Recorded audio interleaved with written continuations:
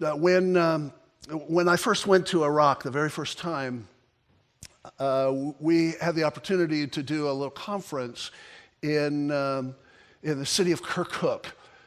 It was just after Saddam Hussein went into his spider hole. He was not yet captured, and so things were still quite tense, and we were oftentimes surrounded by U.S. military everywhere we went. We had convoys that looked like a Tom Clancy movie racing through the streets of Kirkuk.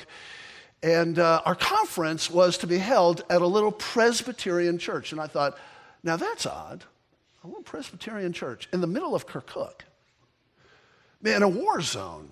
Now, outside the oil fields, we come up to this walled enclosure, and there's this old Scottish kirk.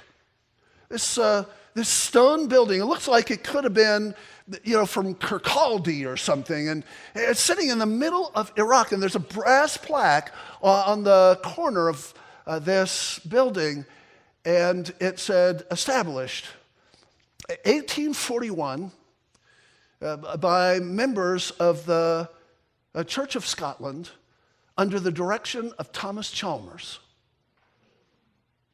In the middle of Iraq, a little Scottish kirk.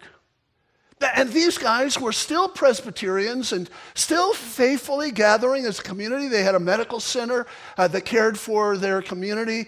They had a small Christian school. I walked back in a hallway and I saw piles of Operation Christmas Child boxes that they were distributing in their community. And I thought, this is the gospel.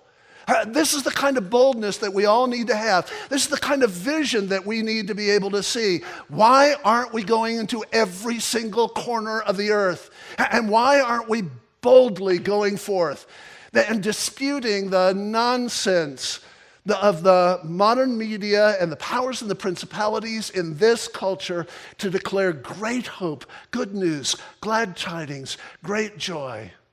That's evangelism. It's not a technique. It's not a methodology. It's simply believing the promises of God.